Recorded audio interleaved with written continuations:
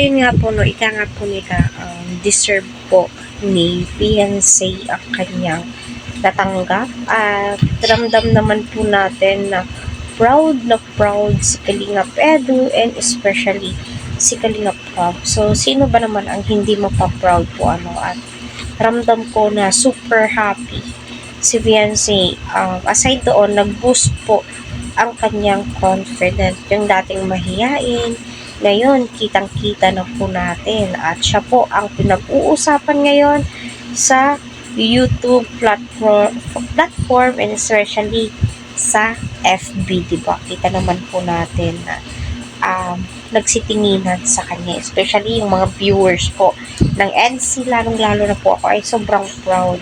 Ano, yung dating mahiyain, kita nyo naman po ngayon, no, yakang-yaka na po niyang makipagsabayan. Ano, ayan, hello po sa ating lahat, kumusta? I hope nasa mabuti po kayong kalagayan. Naway patuloy po natin suportahan, syempre, si Kalingap Rob, Yuval, Ate Edna, Kalingap Edu, EDC, wag po natin skip ang kanilang ads. Ika nga ni Edu at nagkatotoo po yung sinabi ni Edu. Ano, di ba, part 2 po yun naganap. So, sa part 1, sinabi niya, tila ikaw yung pinakamaganda doon sa ELM Hall. Diba, sinabi ka ron.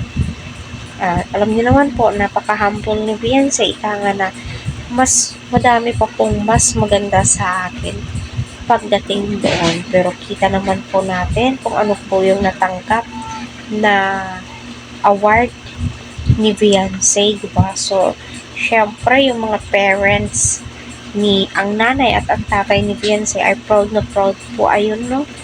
No, siguro yung mga sponsors ng EDC ay sigawan, tuwang-tuwa, ano, kasi nga, tignan nyo naman yung mga nangyayari kay Beyonce ngayon. At sabi nga din po nila, baka kukuhaning isang modelo itong si Beyonce kasi kita naman po natin yung hubog ng kanyang katawan.